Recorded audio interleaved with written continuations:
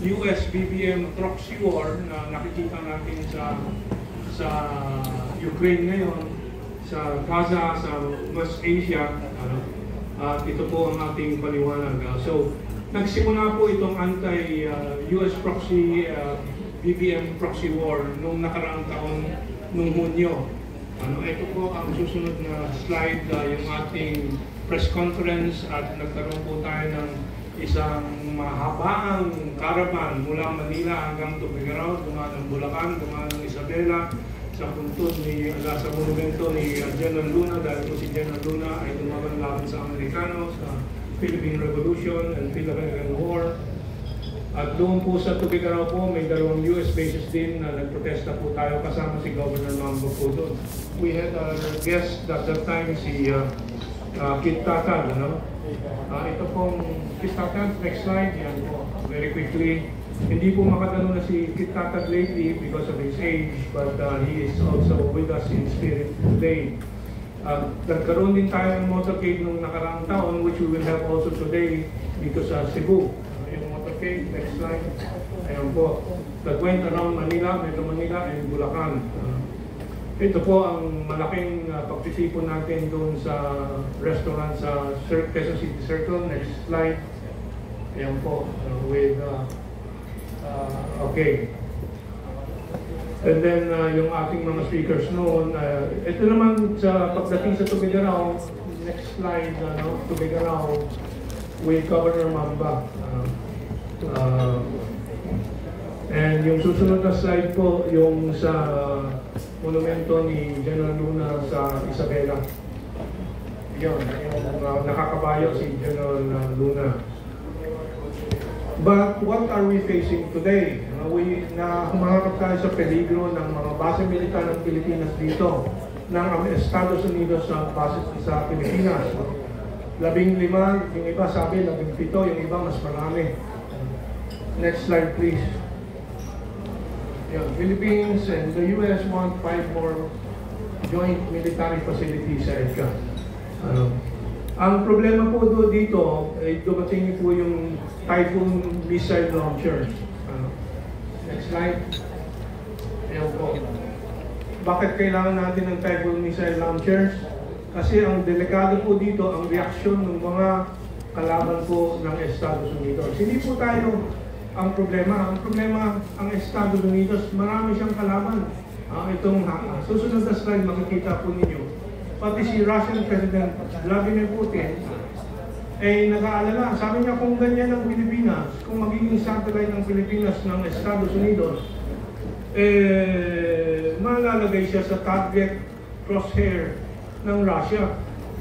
Yan po ang peligro. Ang susunod na slide, si ating kasamang Elmer ay na-feature dito doon sa mga issues ng EDCA, yung mga base militar na pinaganda ng mga Amerikano, propaganda nila with BBM administration na sinasabi, ay malaking tulong yung EDCA bases, yan, military bases. Pag tayo sakuna, may crisis, may disaster, tutulong yan. Ngayon pong nakaraan na linggo, doon sa Typhoon Karina, nagsibahan ang Metro Manila hanggang Bulacan, Rizal, so walang tulong pong nakita dito sa EDCA bases na to. Samantalang yung sinasabi nilang kalaban po ng Pilipinas, ang China, ito po kaagad ng response. Immediately po, nag-distribute po ng napakaraming relief goods and tulong po sa mga nasa lanta. Yung sinasabing kalaban na China, kalaban daw ng Pilipinas, ito po naman ang donasyon sa Pilipinas, the latest donation, or aid or help, assistance. The Asian Infrastructure Investment Bank ng China ay nag-extend po ng $350 million na pondo. First tranche lang po, unang portion lang po, para magtayo po ng Bataan Cavite Bridge doon sa Metro Manila at sa Southern Tagalog Region.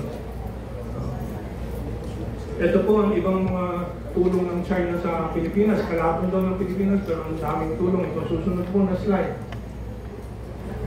Next slide. Cavite Bridge, tapos next slide. Ayun po, yung may tulay po sa sa Makati, sa Binondo, sa Davao. May ibang mga project, I don't know if I listed here, there are so many.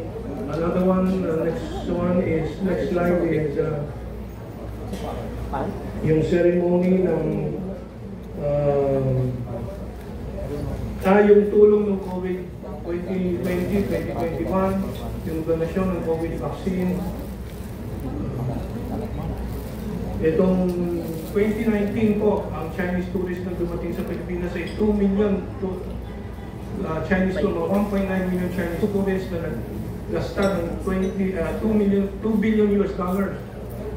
This year, less than 400,000 po ang Chinese tourists. Ilan ang nawalang hanap buhay sa ating mga vendors, sa mga beaches, sa Boracay, kung saan-saan. 2 billion, halos 1.6 billion ang nawala sa income ng Pilipinas because of this tension with China.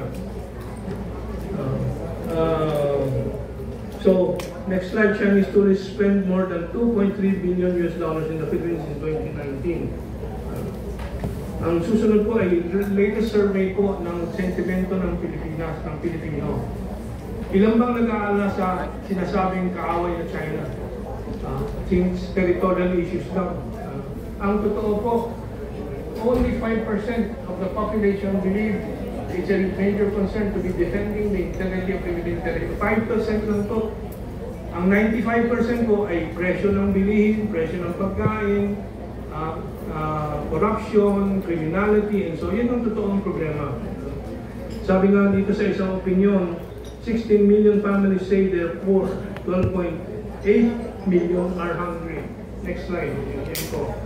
Alam naman natin lahat ito. No? So finally, ano po ang dapat matutuhan natin sa kasaysayan? Ang leksyon na importante, huwag po tayong mahila sa mga gera na hindi atin. Dahil itong Second World War, Battle of Manila, nadurog ang Manila.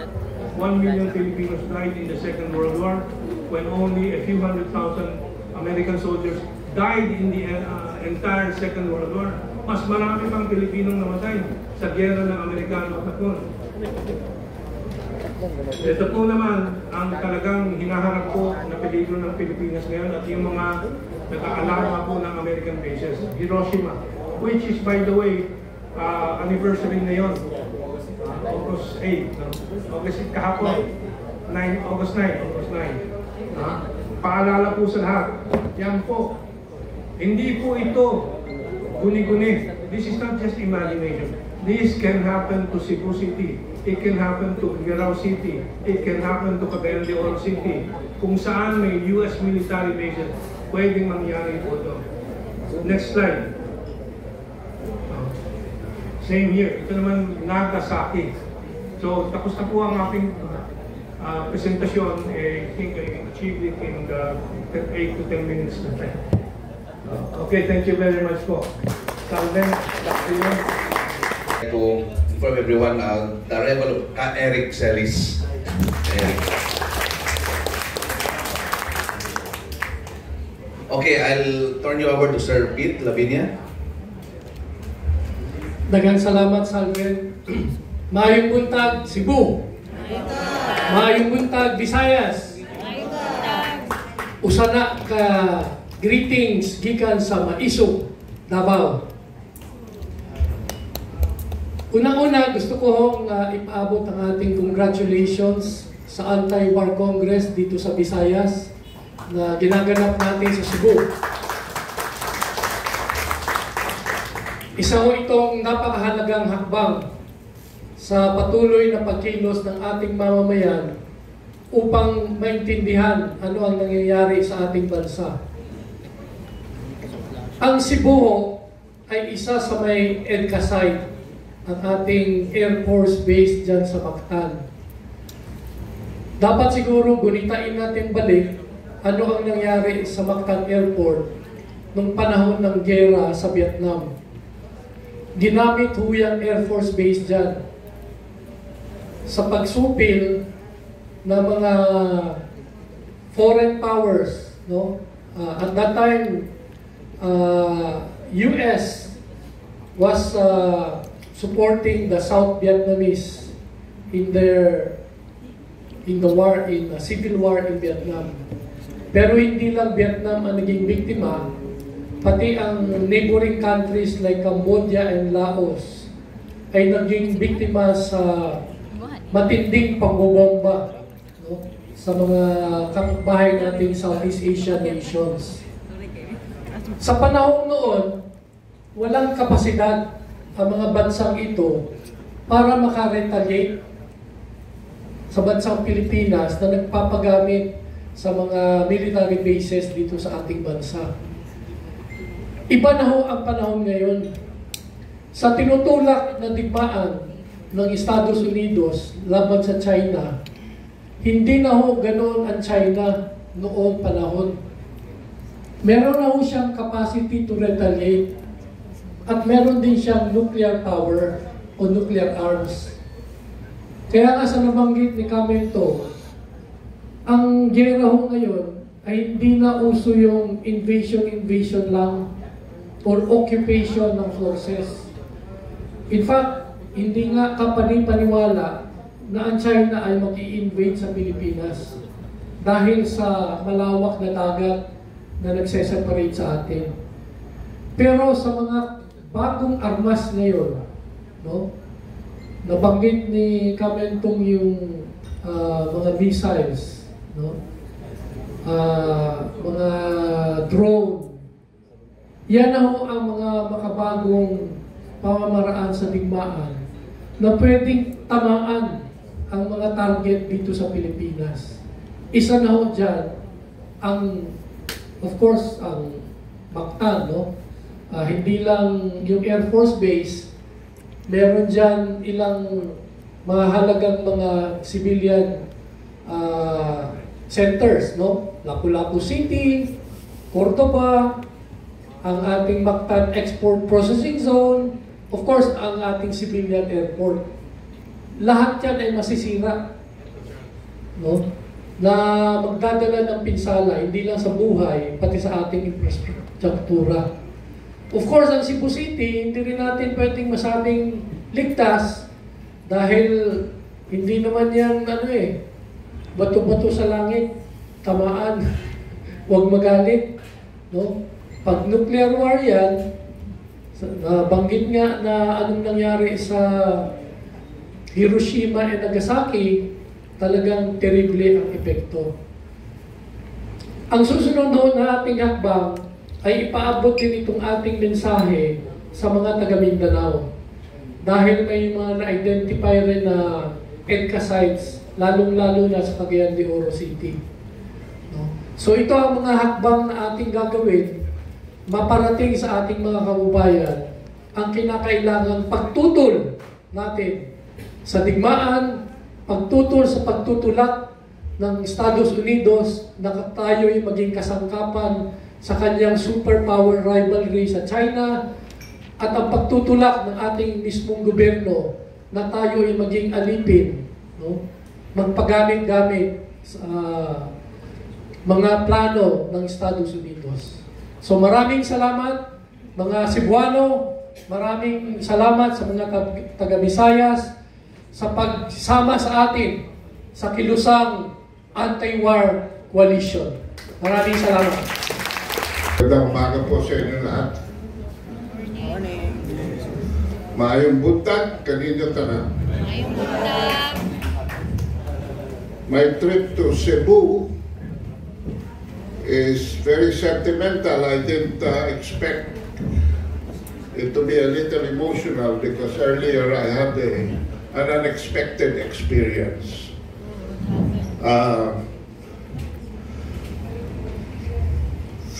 56 years ago, and that will give you an idea how old I am.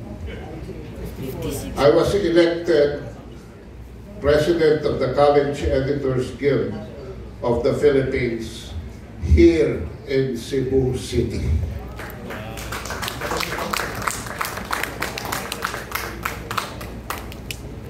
And my inducting officer, the one who inducted me to office, was Governor Rene Espina. And so when I met General Espina earlier, I a bit shattered because you know, it's like a whole circle making a full turn. Ang pangalan ko po ay Adolfo Paglinawan. Ang middle name ko po ay Quezon. Kaya hanggang high school, ang tawag sa akin ng mga classmate ko, Dolphy Quezon. Kaya sabi ng mga followers ko sa vlog, bakit hindi ka tumakbo sa 2025? You will be a sure winner. But that is the farthest from my mind now. The nearest from my mind now is my message to the President of the Philippines, which comes from Dolphy Quezon. BBM, magsumikap ka.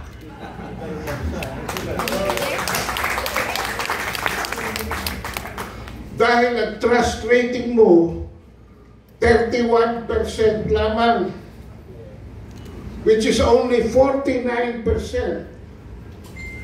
of Inday Sara. 49%. 63 si Inday Sara. Net trust rating.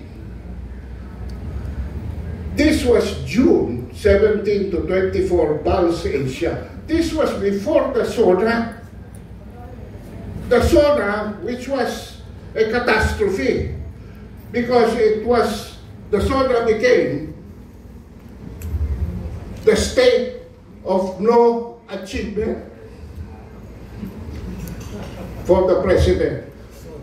And the longest part of his speech were the achievements of Sara Duterte as Secretary of Education, which Sara Duterte inaugurated in time for the school opening last year, which is now known as the Matatag curriculum. 70% reform. 70% reform of our curriculum na nagbabagsak sa atin sa mga PISA rating. Noong 2018, 78 ang nag-PISA rating. Hulaan nyo kung anong number ng Pilipinas among 78 contestants. 78. Noong 2021, hindi natuloy dahil sa COVID, 2022 early, nag-PISA rating. 81 na nag-participate. Hulaan nyo kung anong rating ng Pilipinas. 78 pa rin. We were number 78 out of 81 participants. Kaya itong Matatag curriculum reforms, overhauls 70% of your children and your grandchildren's curriculum in the public school. That is how revolutionary the achievement of Sara Duterte is.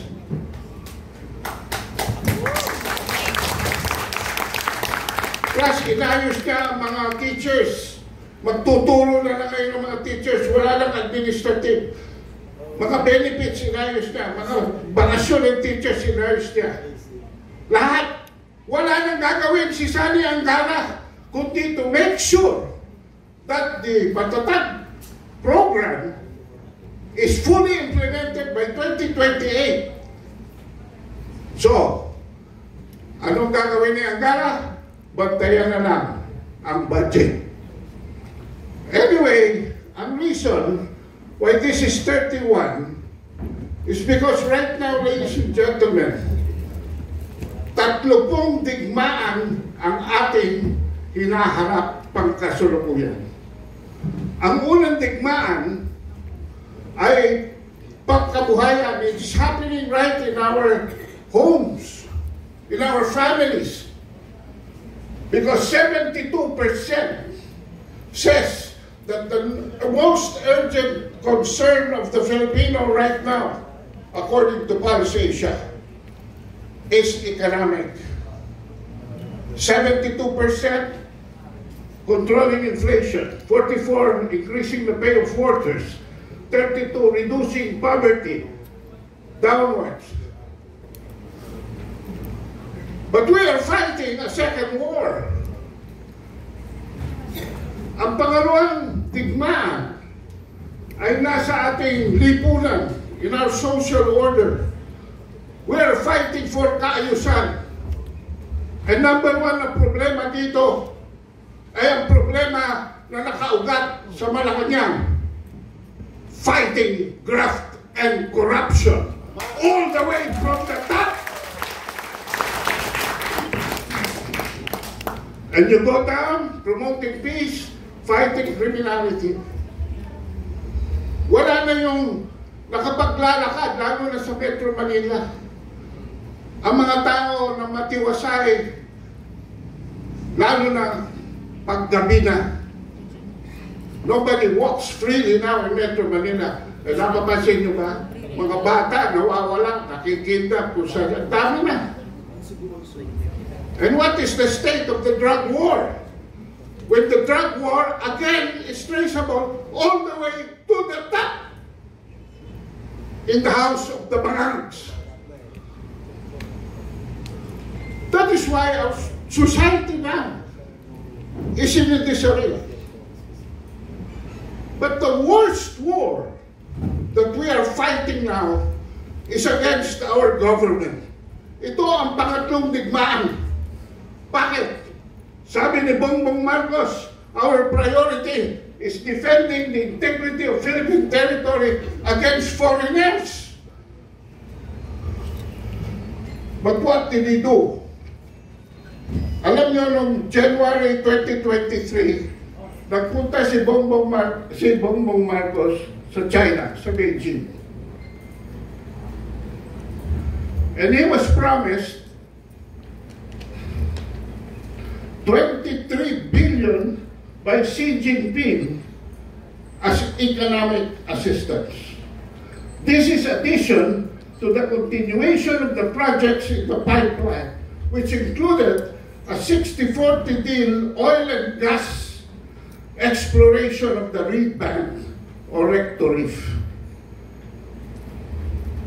plus the railway projects, North Trail, another project to connect Clark with Subic, the Mindanao Circumferential Railroad, etc.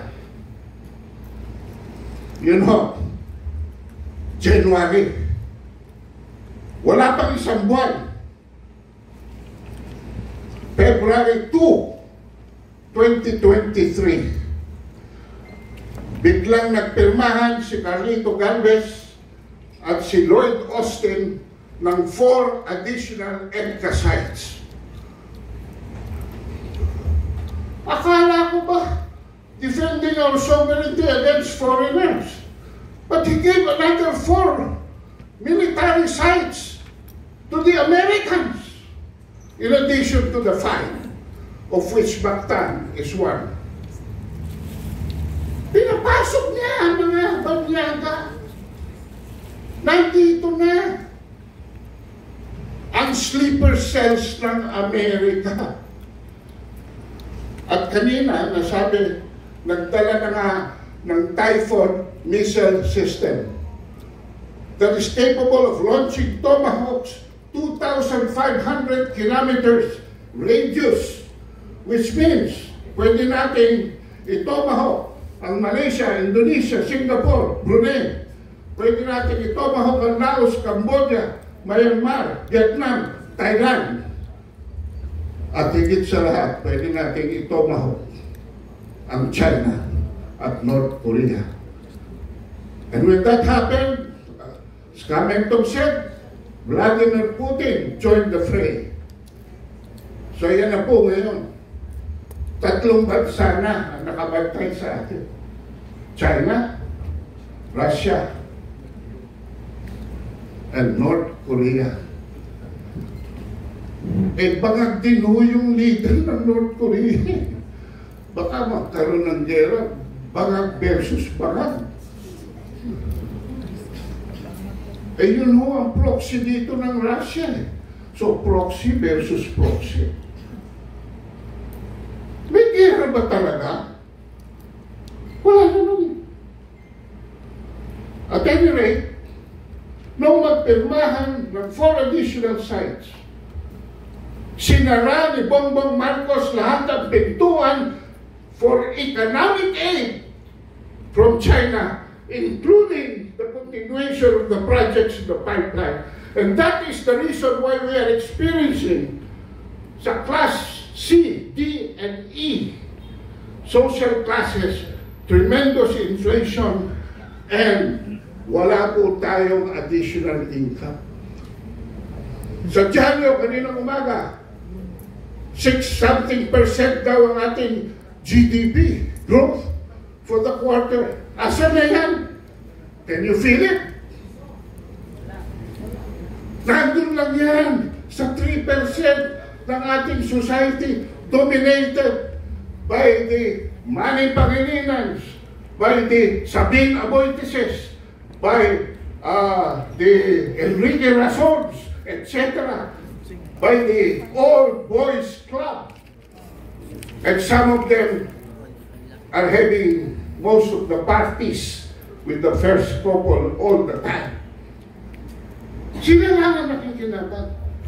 But let us compare what the U.S. has given us. 500 million US dollars. 1/2 billion. Divided by 5 pa. 100 million a year. Versus 23 billion na nakita nyo naman noong panahon ni Duterte, what it did to our economy, to our tourism, to our trade, to our investments. Pangalawa, military equipment ng yun. Ang gandang tingnan, 500 million. Military equipment and supplies lang. Samantalang kung China, hindi ko sinasabing either or ito, kasi pwede naman nung pagsabayan nito eh. Pinagsabayan ito ni Duterte. Okay lang. Pero dito, sarado rito. But if we follow the left template, that would be an economy that can afford a military modernization. We don't need to get money from any other country. Just as what happened during the time of Duterte. Tayong bumili ng missiles from India, tayong bumili ng helicopters from North Korea, etc., etc., etc., to modernize our army, our military. Delivery in kind, no economic benefit for the country sa US. Ito, new money, new investments that can afford, that can spark development and shield inflation. Alam niyo ba ngayon mga kabansa, kanina minention in passing ni Camento that we have 2 million tourists. In fact, to be exact, 1.7 in 2019 and 0.9 in 2018. Total, 2.7 million tourists from China. Ngayon, 2 years, wala pa akong 500,000. Why? May quota ngayon ang Chinese visas issuance to the Philippines. At alam nyo ba nangyayari? Bina-black market pa nila. So from tens of possible tens of millions, hundreds of thousands na lang. One tourist spends $1,000 US. So kung 2.7 yun, tama si kami, $1.7 billion. One tourist creates 2 jobs. In my trip to Cebu now, I would like to congratulate the Secretary of Tourism, Frasco, for her fiasco.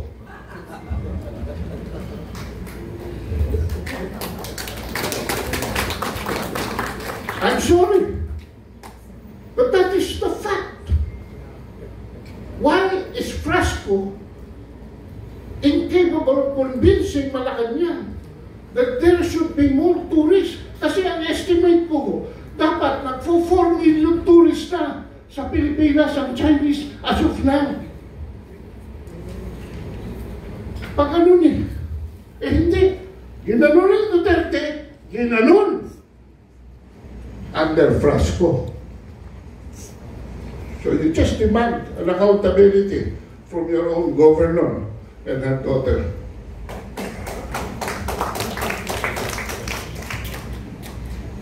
Doon sa kabila, sa Amerika, yung tinatawag namin sa diplomacy na reciprocity. I scratch your back, you scratch mine.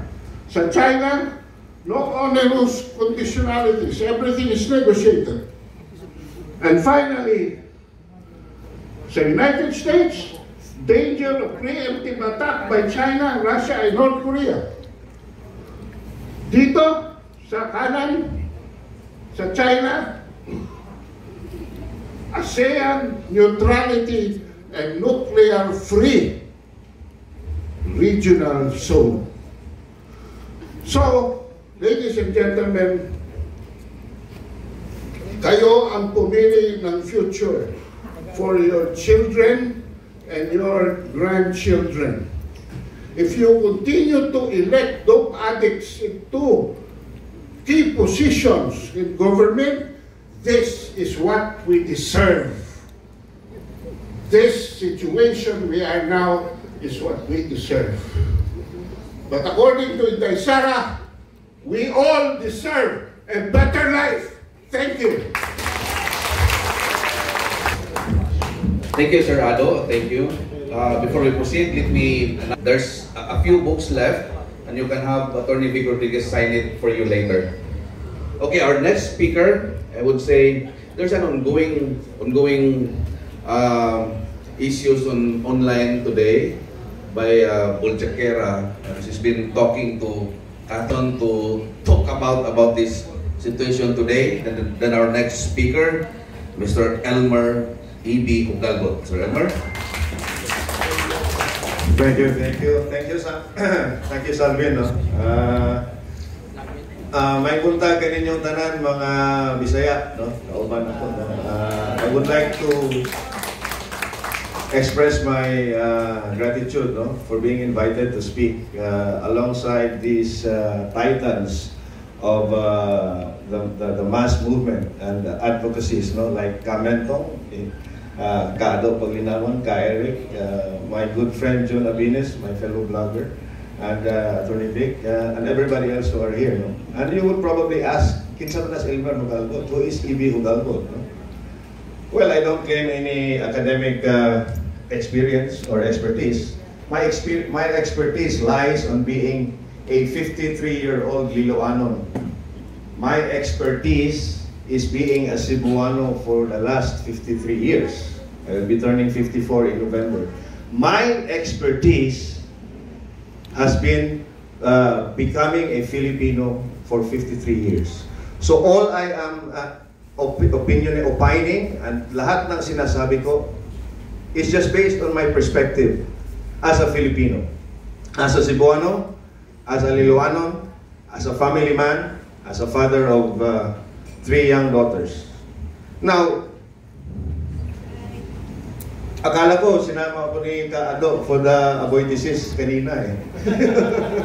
Yung mga oligarko. Kasi from Cebu eh. Well, Cathy Binag, no? There's an interesting quote by Ka Ado kanina I posted, no? Cathy Binag being a pretty face with an explosive story to tell is the worst thing that can happen to you, referring to Marcos Jr. and his administration. But I'm not going to talk about Cathy Binag, no, or her transgressions, so to speak. I'm here to talk about the looming proxy war. Itong digmaan na pinopromote, no, ng mga Amerikano using our nation, using our government as a proxy to lengthen, para pahabain ang kanilang pagkontrol sa buong mundo, no? Ang tinatawag nila dyan is the American hegemon, the unipolar world where the center of the pole is the Americans. Kung narinig nyo yung mga international rules-based order na sinasabi nila, one would question, what order and whose rules? Don't you ever think about those questions when you hear them say, international rules-based order? Ang sagot ko dyan is, America makes the rules, the rest of us follow the orders of America.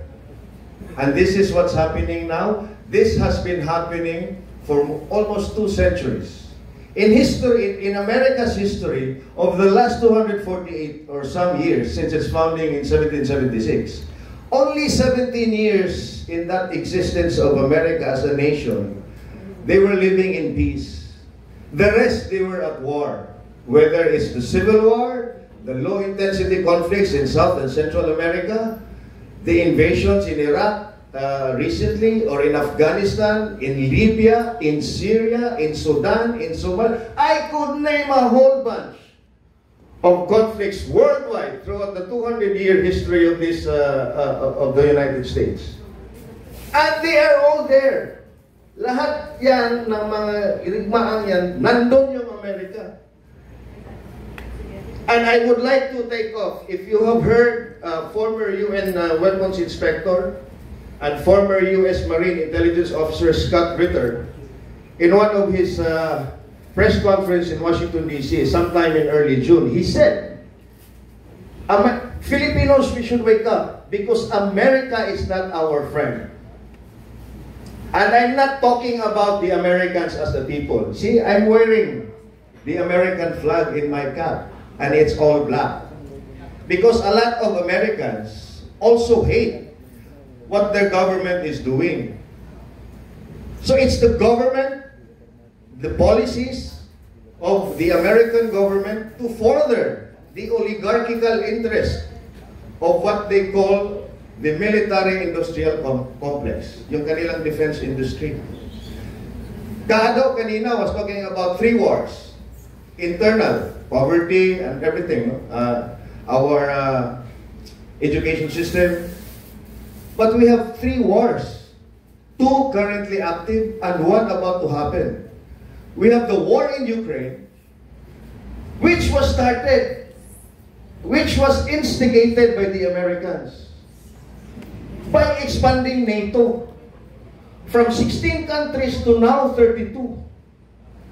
It has always been Russia's red line.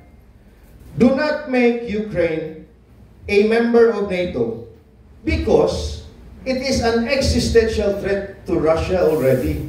Because the doorstep, Ukraine sits on the doorsteps of Russia, and it can authorize the Americans to put nuclear weapons just at the back door or the front door of the Russians. Hindi nakinig ang mga Amerikano. And here we have now, almost 700,000 Ukrainians have died. Tens of millions of Ukrainians have fled the country, never to come back. Ukraine is smoldering in ashes. It would probably take 10 generations, a whole culture, a whole civilization of the Ukraine as a state has been wiped out. And to think they are blood related to the Russians. They are brothers to the Russians. After $350 billion of military aid, Russia is still standing. In fact, there's a growing dissent now in Russia for Vladimir Putin to act and do the decapitation strike, which means to wipe out Kiev and to end this war. But Mr. Putin wants to negotiate. The Americans doesn't want that. That's why they approved the $81 billion dollar package in April 20. I will talk about it later. And I will show you that America really is nobody's friend. Because American interest is always and foremost and first the interest of America. Not the Ukrainians, not the Chinese, not the Filipinos. American interest is the interest of America. That's all there is to it. So, among Filipinos who have been indoctrinated in this Hollywood mindset, where the hero is always the American, you have Captain America and everybody in the Marvel universe, they're always the heroes, right? In Hollywood movies, they're always the heroes. Who are the villains? Who are the villains? Muslim terrorists, Iranians, Russian mafia, Asians, the triads. Diba? So it has been indoctrinated in our mind and soul. Afam is life. Afam is lifer. We are subservient to the white people. We are not a truly decolonized country. An independent Philippines is just it's just an illusion.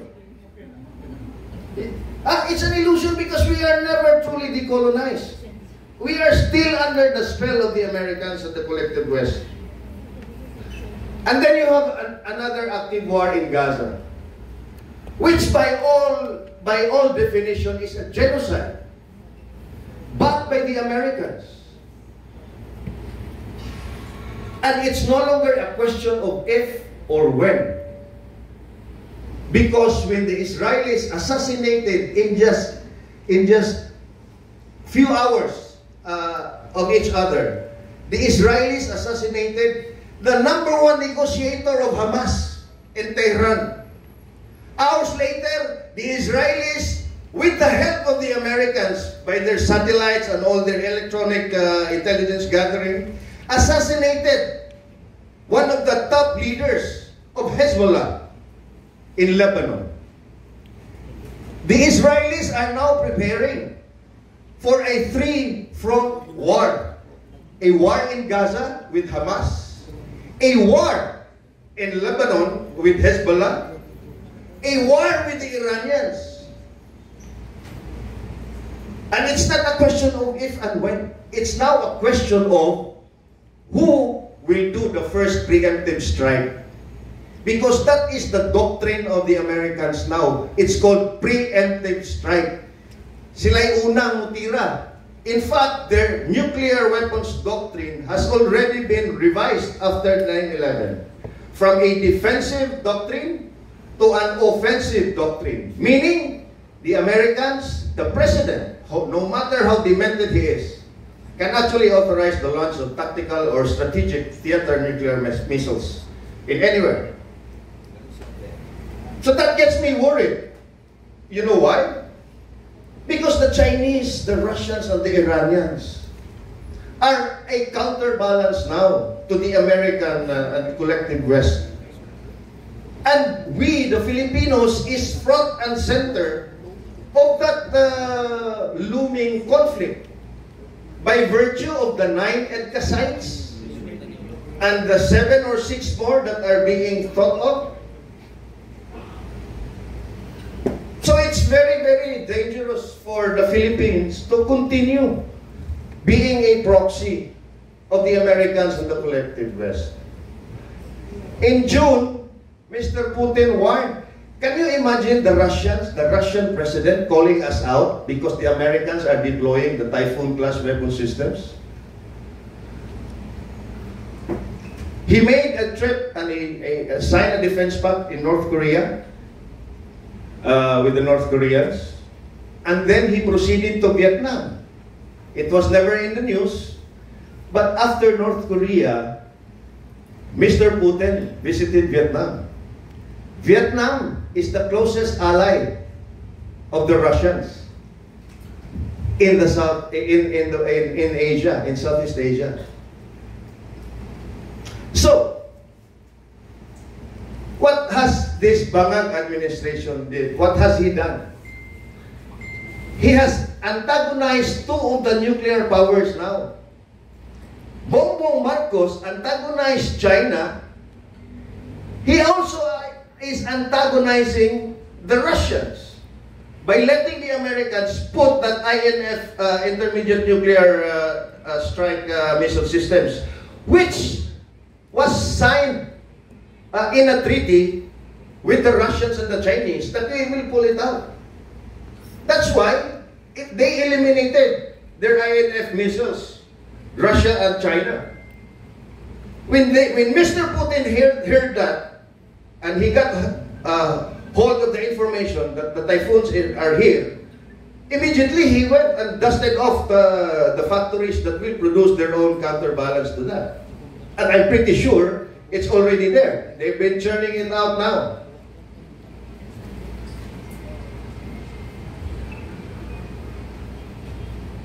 Along that line, Mr. Putin also warned about the growing expansion of NATO in the Indo-Pacific. A few people might know it. 3 days ago, Canada, Australia, and I think the US and the Philippine Coast Guard, or navies, conducted freedom of navigation exercises in the West Philippine Sea, in the South China Sea. They conduct freedom of navigation, just a familiarization tour. You know what the Chinese Navy did? It was never on the news.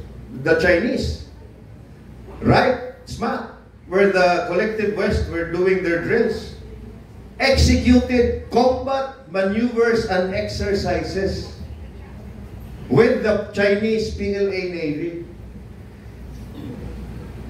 So, all those provocative actions that are being done in our shores is very, very dangerous for the Filipinos, because we don't get anything from it. We don't get. EDCA sites are rent-free. They're not paying us for using our sites as EDCA sites. No rent. And sadly, this administration has surrendered our sovereignty over those EDCA sites. You know why? Because we Filipinos cannot go inside those EDCA sites. Our own police cannot go inside an EDCA site under the cover of national security. So, people are saying the Chinese are invading or what? The Philippines now technically is an occupied territory by the Americans by virtue of all those EDCA sites. So, aren't we just going to sit around and wait for some ayuda to come by without being mindful of what's happening outside of our sphere? We have Mactan Edwin Air Force Base. About 3 weeks ago, my daughter and 2 of her friends went to Mindanao. When they came back, I met them at the airport, went outside, had a cigarette.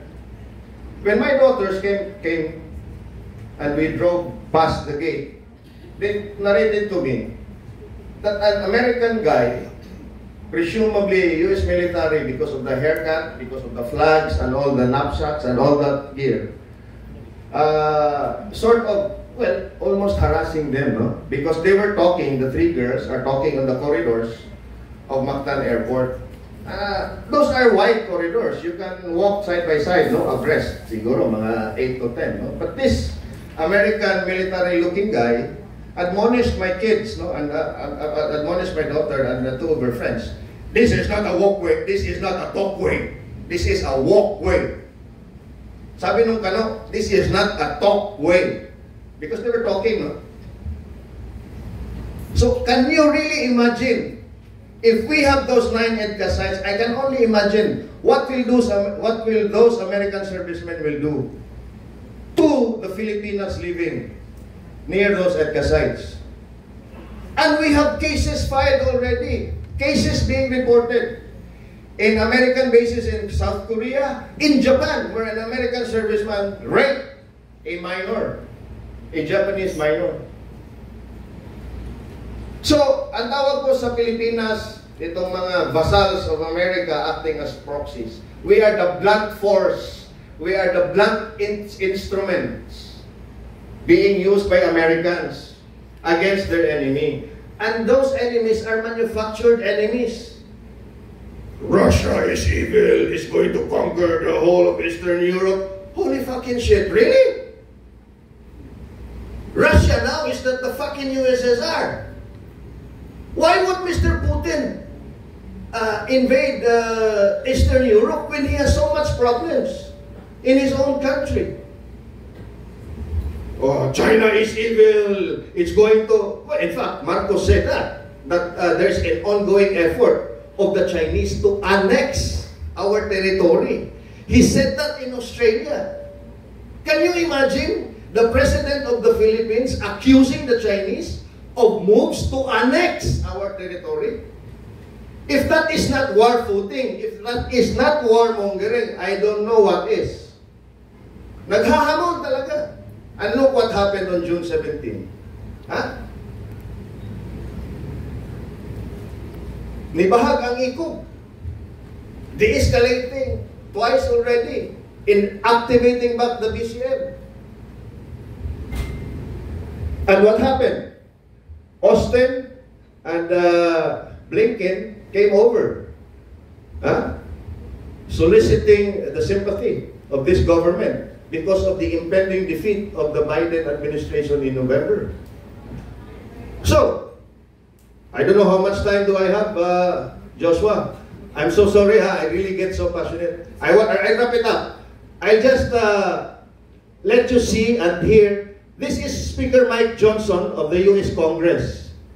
That day, the 81 billion supplemental aid to Ukraine and Taiwan was approved. 61 billion to the Ukraine, 18 billion to Taiwan. Nothing from the Philippines. Yung 500 million kanina na sinabi ni Kaado, hinabo lang yan. It is still being introduced to the Congress. It's not even in the first reading yet. And it's under FMF, Foreign Military Financing, which comes into flavors. A direct grant, which is free, and a loan, which has to be paid. And this is Mike Johnson telling the whole world that he would rather send bullets to conflicts overseas rather than its own soldiers. So this is the clearest and most blatant evidence that America, the government, the deep state, the military-industrial complex, is not a friend to the Filipinos. Hear him out.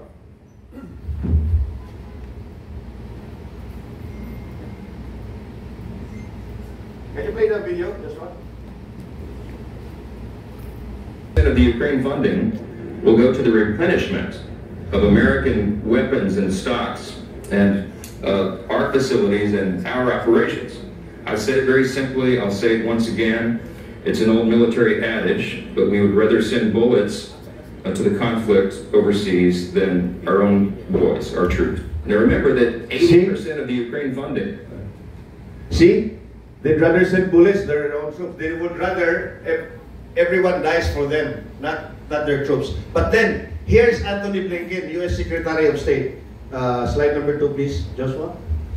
Telling us that the whole world, that the conflict in Ukraine and all the other wars is a win-win for the Americans, not those people fighting for their wars.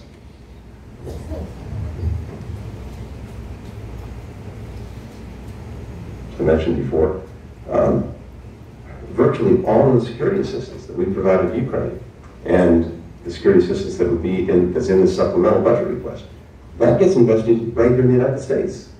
That's where it's spent. And that not only helps procure the weapons that Ukraine needs, it provides good jobs here in the United States. It builds our own defense industrial base. So in many ways, this is a win-win for us. I would hope Congress acts quickly. I think that about wraps up my presentation. Again, our interest should be the interest of the Filipinos, not the Chinese, not the Americans, not the Europeans. It should be our own national interest, not anybody else. We can be friends to everyone. enemy to no one. Thank you so much.